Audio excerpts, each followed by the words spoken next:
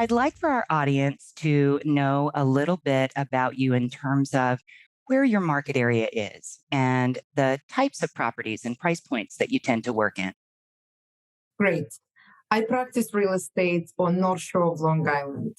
We are approximately 30 miles outside of New York City and 60 miles to the Hamptons. We are Gold of the Gold Coast, and since we're all familiar with Great Gatsby, this is exactly the area where Great Gatsby got inspiration from and was written. So that's my market area. I'm in the business for almost 20 years. Prior to my real estate career, I was on Wall Street. I was managing portfolio of 130 banks located in Ukraine, Kazakhstan, Russia, all the countries of the former Soviet Union. So it was a phenomenal career, but I also had to travel a lot on business and be away from my family. So once children came into my life, everything changed, and we moved to North Shore of Long Island, and that's how I started developing my real estate career. In terms of properties that I represent, there's a variety of different price points because I always say that the luxury segment of the market is extremely important to me, and that's where most of my transactions take place. However, we're very diversified and also handle markets that are below $1 million, where different lot sizes. North Shore of Long Island is very diverse. It could be Roslyn area where we have smaller lots under, let's say, half an acre, and those price points about $1 million to $2 million. Then we move to, let's say, Old Westbury area where it's 2-acre zoning, and then we have prices between $2.5 and $4 million. And then we move to larger estates with the price points north of $5 million. Wow, that is a really diverse market area then. Certainly.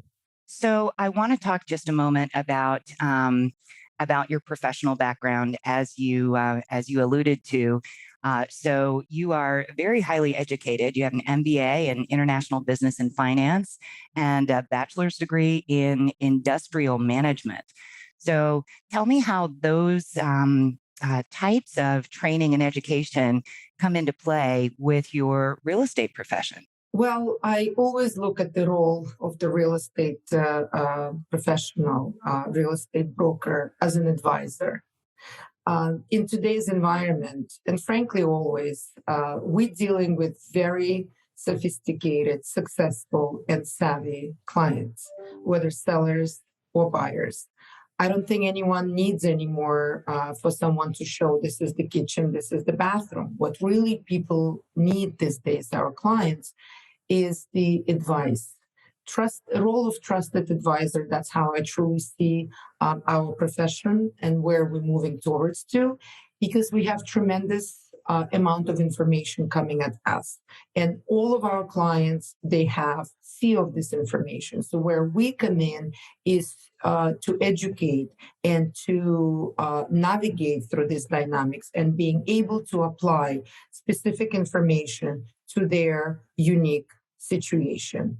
So how Wall Street comes into that role of advisor, role of having a financial background, I think it's extremely important because I looked at each and every transaction from the business perspective as well. What makes sense, what doesn't make sense. And when you come in with that experience and expertise, clients really appreciate that. Wow, that makes quite a bit of sense. And so you shared with us why you made the transition, and that also makes perfect sense. So let's talk a little bit about how you made the transition in terms of adopting the luxury mindset within the real estate industry, as opposed to the financial and investment background. That's a great question. And frankly, I can talk about it for a long time. It was not an easy transition. So when I started my real estate career, We moved into the area that was new to me. I did not really have any network or sphere of influence for that matter. I did not belong to any of the fancy country clubs or had, belonged to some organizations, so on and so forth. I had a newborn and everything that comes with it. But one thing I know, I always wanted to stay in the professional world and continue with my education as well as developing my career. So what happened, I need to learn how to differentiate myself very quickly because I couldn't become just yet another broker where we all know that this industry is flooded with new people coming into the business, and some of them stay, but 90% of them don't. And so, what I really learned very quickly is that differentiating myself is the key to my success. Um, I read a book about how to really do it. And frankly, you got to use what you have. We tend to concentrate, oh, I don't have the experience or expertise just yet, so on and so forth. But what do you really have? And what I've had is my international background, and I also had my financial background. And this is exactly what I did to separate myself from the rest of the competition and to adapt that luxury mindset because international and luxury always comes hand in hand. And I think that that's what took place in my case.